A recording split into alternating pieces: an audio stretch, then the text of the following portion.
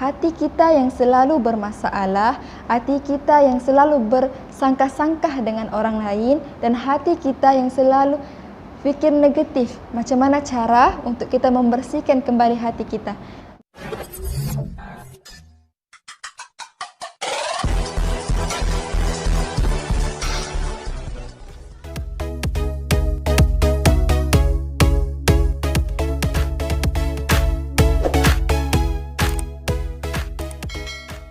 Bismillahirrahmanirrahim. Assalamualaikum warahmatullahi ta'ala wabarakatuh.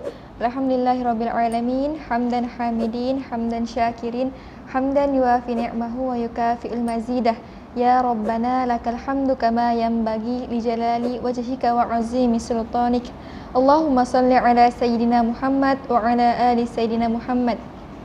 Baiklah, pertama-tama dan selama-lamanya, mari sama-sama kita merofakkan rasa kesyukuran kita terhadap Allah Subhanahu wa taala kerana masih diberi pelbagai nikmat sehingga ke hari ini. Sebagai contoh, nikmat bernafas di muka bumi Allah. Tidak lupa juga selawat dan salam kepada baginda sallallahu alaihi wasallam serta para sahabat yang bertungkus lumus memperjuangkan agama Islam sehingga kita dapat merasakan nikmat iman dan Islam sehingga ke hari ini. Alhamdulillah. Baiklah, hari ini saya ingin menyampaikan sedikit ataupun beberapa perkongsian yang mana perkongsian kita pada hari ini perlu dan sangat kita titik beratkan dalam kehidupan dan memahami konsep yang sebenarnya. Sebelum kita membahas dengan lebih mendalam, tajuk yang ingin saya sampaikan ialah hati bersih penentu akhlak mulia. Okey. Sebelum kita membahas dengan lebih lanjut, dengan lebih mendalam, mari sama-sama kita memahami terlebih dahulu apa itu hati. Hati atau roh adalah hakikat kejadian manusia. Kerana itu, ia diberi keupayaan untuk mendengar, melihat dan merasai. Dan dia juga diberi keupayaan untuk merasa senang dan merasa susah. Hati ini sangat sensitif terhadap apa yang kita dengar, apa yang kita rasai dan apa yang kita lihat. Dari sanalah ia akan menentukan sikap seseorang manusia, sama ada seseorang ini bersifat positif ataupun seseorang ini bersifat negatif. Kita pergi kepada hakikat penciptaan hati. Ya, baiklah. Hakikat penciptaan hati oleh Allah Subhanahu wa taala adalah suatu yang sangat maha ajaib. Kenapa sangat maha ajaib? Kerana kelajuan perjalanan hati tidak terhitung dan ruang pergerakannya tiada had. Ya, sebab apa yang kita lihat, apa yang kita dengar dan apa yang kita rasai, hatilah yang akan memprosesnya terlebih dahulu dan hati jugalah yang akan menentukan apa yang kita lihat tadi dan apa yang kita dengar tadi itu menjadi positif ataupun negatif. Ya, hadirin dan hadirat yang dirahmati Allah sekalian, kita sedia maklum bahawa hati manusia dengan hati haiwan adalah sangat berbeza kerana hati manusia dapat menerima suatu perintah dan suatu larangan. Ia disebut sebagai rohul amri. Baiklah, saya petik sebuah hadis daripada riwayat Imam Bukhari dan Muslim yang mengatakan bahawa Rasulullah sallallahu alaihi wasallam bersabda yang bermaksud, sesungguhnya di dalam diri manusia itu ada seketul daging. Jika baik daging itu, maka baiklah manusia itu. Tetapi jika buruk manusia itu, maka buruklah juga hati itu. Ketahuilah bahawa itu ialah hati. Riwayat Imam Bukhari dan Imam Muslim. Jelas dengan kita daripada hadis yang saya lontarkan sebentar tadi. Baiklah, kita pergi ke seterusnya, iaitu hati boleh menjadi baik atau hati boleh menjadi jahat apabila rasa senang apabila dipuji. Kan?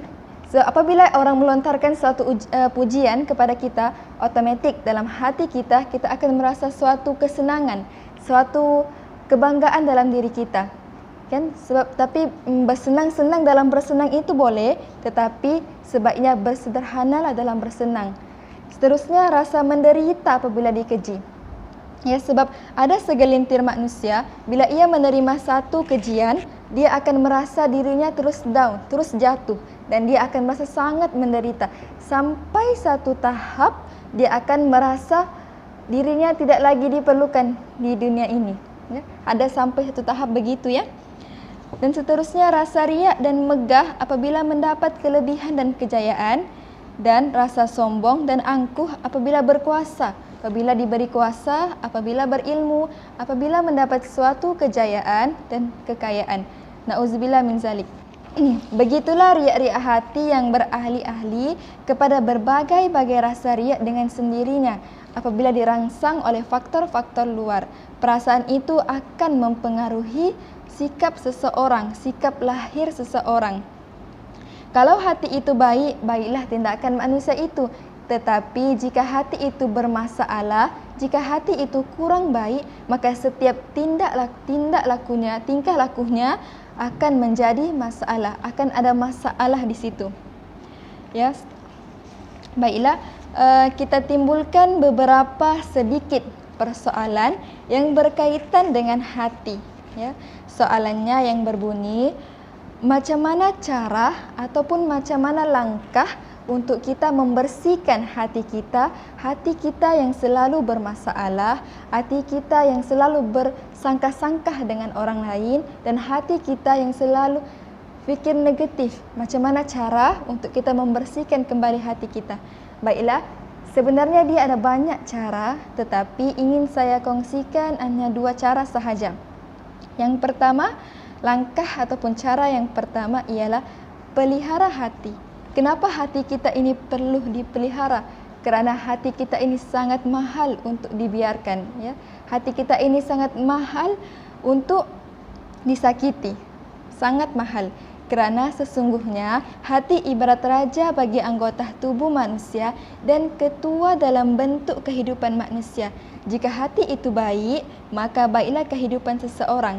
Tetapi jika buruk atau rosak hati itu, maka punah seluruh anggota tubuh kehidupan manusia.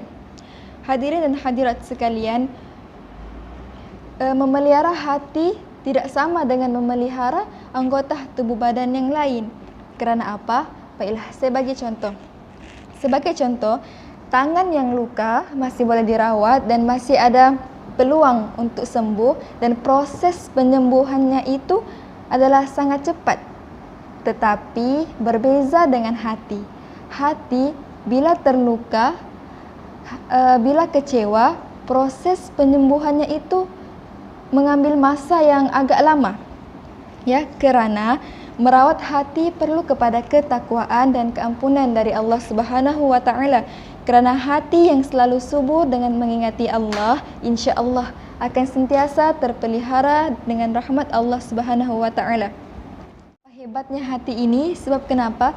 Sebab hati ini dia kecil dan tidak nampak. Dia berada di dalam tubuh manusia, ya. Dan hati ini jugalah yang mengarahkan, yang menggerakkan, yang memerintahkan seluruh anggota badan untuk bergerak. Sebagai contoh, tangan, hati yang menggerakkan tangan ini untuk memberi dan menerima. Kaki pula, hati yang menggerakkan untuk ke hadapan dan ke belakang. Mata pula, hati jugalah yang menggerakkan mata untuk melihat keadaan sekeliling. Dan hati jugalah yang memerintahkan telinga untuk mendengar segala percakapan-percakapan orang yang berada di sekeliling kita. Ya, betapa hebatnya kuasa hati dan betapa ajaibnya Allah menciptakan hati ini. Okay. Seterusnya, apa kata Allah tentang hati? Kata Allah, firman Allah Subhanahu wa taala yang bermaksud, beruntunglah orang yang membersihkan hatinya dan rugilah yang mengotorinya. Surah Asy-Syams ayat 9. Okay. Langkah yang kedua pula ialah dekatkan diri dengan Al-Quran. Dekatkan diri dengan Al-Quran. Kenapa kita perlu dekatkan diri dengan Al-Quran? Kerana sebaik-baik sahabat, sebaik-baik teman, sebaik-baik tempat meluah, sebaik-baik kawan untuk bercakap adalah Al-Quran, yaitu kalam Allah Subhanahu wa taala. Ya, kita bayangkan, sehari Allah bagi kita masa 24 jam. Dalam 24 jam itu, berapa jamkah, berapa minitkah yang kita sedekahkan sedikit masa kita untuk membaca Al-Quran? Ya. Sebab ramai orang yang bekerja dan kita faham juga situasi kerja macam mana, tetapi berilah sedikit masa untuk kita meluangkan, untuk kita bersama, untuk kita mencurahkan, menceritakan apa yang kita rasa di dalam bersama dengan Al-Quran. Sebab setiap persoalan yang kita inginkan jawapannya pasti dan pasti akan terjawab di dalam Al-Quran. Mendekatkan diri dengan Al-Quran ini juga boleh membawa ataupun boleh merubah hati kita ini, yang awalnya hati kita ini bermasalah, yang awalnya hati kita ini sering bersangka-sangka buruk, sering bersangka-sangka dengan orang yang di sekeliling, yang awalnya hati kita ini sering berfikiran negatif. Tetapi dengan cara kita mendekatkan diri dengan Al-Quran, hati kita akan perlahan-lahan berubah menjadi baik, dan hati kita juga perlahan-lahan akan menjadi sihat. Ya. Jelas bagi kita, hati yang keras sungguh banyak waktu yang dimiliki, tetapi tidak disibukkan dengan mendekatkan diri dengan ayat-ayat Allah. Macam yang saya cakapkan sebentar tadi, Allah beri kita masa 24 jam, tapi mari sama-sama kita muhasabah. Dalam 24 jam itu tersebut, berapa jamkah, berapa menitkah yang kita telah luangkan masa kepada Al-Quran, dan luangkan masa juga kepada Allah Subhanahu wa Ta'ala. Allah banyak kali mengingatkan kita dalam Al-Quran bahawa celaka dan rugilah bagi orang mukmin yang hatinya keras untuk beramal soleh dengan amalan yang mendekatkan diri mereka dengan Allah Subhanahu wa Ta'ala. Ya, akhir sekali daripada saya, yakni kesimpulanlah, kira kesimpulan daripada tajuk saya pada hari ini, iaitu hati bersih penentu akhlak mulia. Ya, hati yang bersih, hati yang mulia, insya-Allah akan menzahirkan kepribadian kita sebenarnya. Sebab hati yang bersih adalah hati yang sihat, dan hati yang bersih juga mencerminkan diri seseorang itu macam mana, mencerminkan sikap seseorang itu macam mana, sikap lahiriah seseorang itu macam mana. Akhir kata daripada saya, lembut-lembutkanlah hati, insya-Allah. Hati yang dahulunya keras, hati yang dahulunya bermasalah akan perlahan-lahan untuk menjadi hati yang baik, insya-Allah. Itu sahaja daripada saya. Wabillahi taufik wal hidayah. Summa assalamualaikum warahmatullahi taala wabarakatuh.